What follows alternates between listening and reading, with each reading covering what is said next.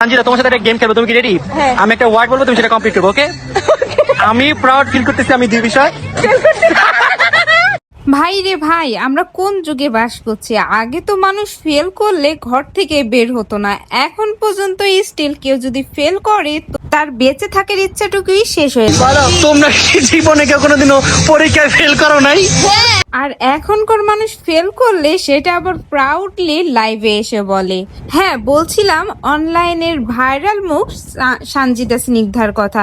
বেচারি তো এমনিতেই 3 সাবজেক্টে ফেল করেছে, তার উপরে একের পর এক তার ফেল করা নিয়ে এত পরিমাণে রোস্টিং ভিডিও করছে, মানে সে নিজেই নিজেকে রোস্ট করছে। সানজিদা ফেল করার পরে সানজিদার রেজাল্টটা পাবলিক হয়ে যায়, আর এরপরে সানজিদা এবং সানজিদার মা লাইভে এসে রীতিমতো অনেক কথা বলে এবং সেখানে বলে যে ফেল করেছি, এটা আমি প্রাউডলি বলছি, আমি প্রাউড ফিল করি যে আমি 2 বিষয়ে ফেল করেছি, যদিও সানজিদা 3 বিষয়ে ফেল করেছিল।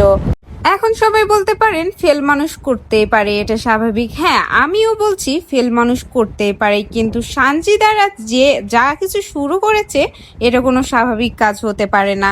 ফেল করার একদিন পরেই সানজিদা রাকিব হোসেন টিমের সাথে চলে যায় মালয়েশিয়াতে, আর ওখানে যেও রীতিমতো রাকিব হোসেন, ঋতু, সানজিদা, অন্তরা সবাই মিলে সানজিদা ফেল করা নিয়ে রোস্টিং করতে থাকে, মানে ওরা নিজেরাই নিজেদেরকে রোস্ট করছে। সানজিদার ফেল করা নিয়ে হাসি তামাশা যেন কিছুতেই যাচ্ছে না, তারা নিজেরাই যখন এরকম হাসি তামাশা করছে তখন তো পাবলিক এগুলো করবে, আর পাবলিক এগুলো করলেই পাবলিকেরই দোষ।